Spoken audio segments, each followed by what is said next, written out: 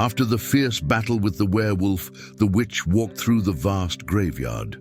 At the far end, on a cliff overlooking the sea, the same mysterious man from before stood in front of a grave, saying his goodbyes to his friend Arthur. "The day is done. The time has come. You battled hard and the war was won. You did your worst. You tried your best. Now it's time to rest." Turning his attention to the witch, he added, "He always wanted a grave. I don't know why, but he wanted a tombstone with a beautiful view, maybe for someone to visit him, and yet he was betrayed by his so-called friends. I think this is the best place for him." He asked the witch, "What did you lose?" "An eye," the witch replied. "And what did you gain from that battle?" "They fear us," she said solemnly. "He was a formidable opponent. You could have used him." "Is he dead?" "I've killed him so many times I don't know if he is truly dead," she confessed. "Did you carve that tombstone?" "It is from an old grave. It looks like no one looked after it, and the writing on the stone was faded, so I used it. Now we have to put someone in Arthur's place and bring order to the pack. There is a war upon us. Here, take this box and find a suitable owner for it." "But Father, I can't do that." "You are my crow, it's your duty, and I..." That was her name. "Remember, do not interfere with human matters," he reminded her. Hearing this, she took the box. Later, while she was riding her soul deer through an old city street, she heard a voice not far from her. She grabbed the deer's antlers, and it began jumping through the air, as if climbing invisible stairs, reaching the top of a house. From the roof, she saw a small boy shaking his mother, desperate for her to respond. "Mother, are you okay? Mother, Mother." He cried, but there was no answer. He ran to find help, but the city seemed deserted. Then he saw a man walking down the street. Desperately, the boy grabbed the man's hand. "Please help me, mister," he pleaded.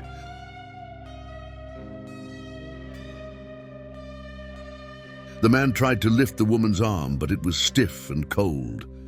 "She's long gone," he thought to himself. Standing up, he lied to the boy. "You're very lucky I was out for a patient. I can save her, but there's very little time. You have to come with me. I'm a doctor." He led the boy to a van. "It is filled with medical supplies that can save your mother. Get in the back." He urged the boy inside and closed the door. "I built this van for my night work after my official job," he explained. Then he grabbed the boy's hair. "Show me those beautiful eyes of yours." I watched, wanting to help, but feeling her father's gaze, reminding her not to interfere. The man tied the boy's hands, legs, and mouth. "Don't worry. You'll be part of a big family soon. You'll meet them, but for now, sleep. Oh, don't worry, you'll be awake for the ritual." He injected the boy, rendering him unconscious. "Wake up, wake up, wake up."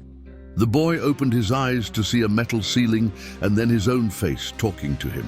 "Grab that blade." He urged. "Who are you?" the boy asked. "I am you. Quick, this is our chance to escape." The man was fast asleep. Reaching for the blade, the boy's hand was stopped. "Sad. Why would you betray me? I was inviting you to my family. Is this how you repay my kindness? You will be punished for this." He forced the boy's mouth closed with a torturing device, preventing him from shouting, and used a speculum to force his eyes open, preventing him from blinking. He reached for a sinister instrument, prepared to remove the boy's eye.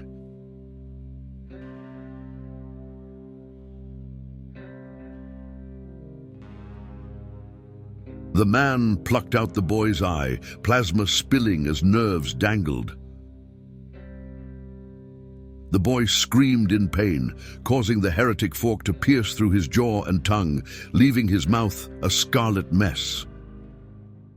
As the killer prepared to remove his next eye, the boy saw his own face reflected in front of him, taunting him.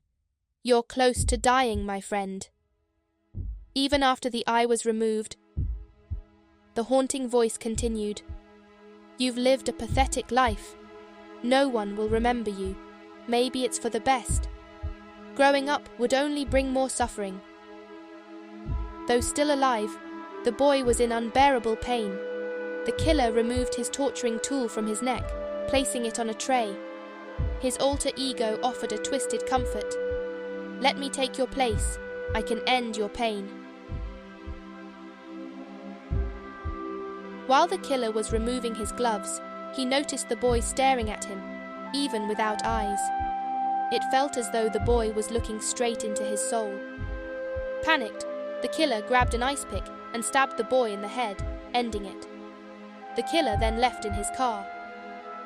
Meanwhile, a witch who had been watching from the rooftop entered the garage, which was in a remote area.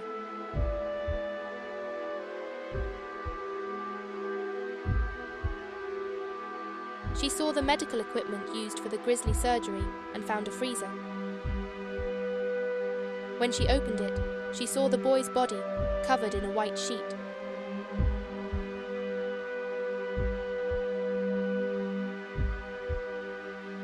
She cut open his chest and placed a mystical heart given to her by her father inside the boy.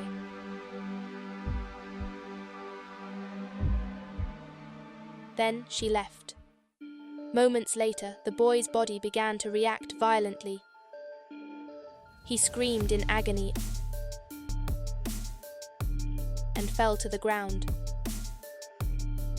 Two tails emerged from his back, and he was transforming into something powerful. He roared, baring his sharp fangs in a feral display of power. Blind but furious, he charged through the door with incredible strength.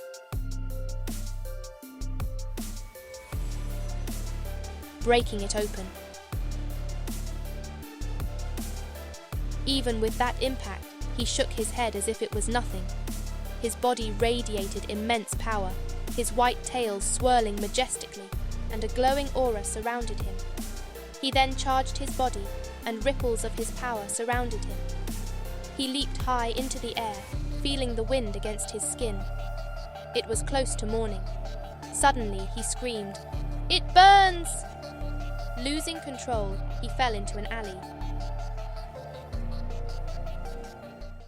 His transformation halted, but his body was unscathed. He stood up and ran, still screaming about the burning sensation. An old woman heard the commotion and approached him. "Are you all right, child? What's your name?" The boy, now with fully regenerated eyes, replied, "My name is Hamza." But something about his eyes was different now, something powerful and unsettling. His hair turned white before he suddenly fell unconscious. The old woman, worried, rushed to his side and brought him into her home.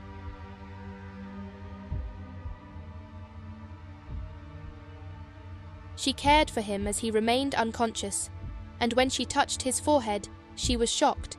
Moments ago, he had been cold, but now he was burning up. Just then, a little girl sleepily opened the door and asked, "What's going on? Who is he?" The woman replied, "I'm sorry, darling. Did I wake you up? I found him outside, and I think he has a fever. Let's take care of him, okay? Let him rest for now." They left the room, but soon after the witch entered.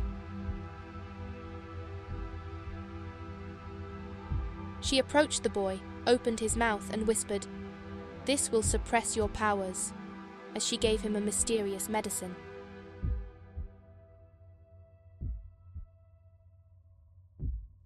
When the old woman returned, the witch had vanished.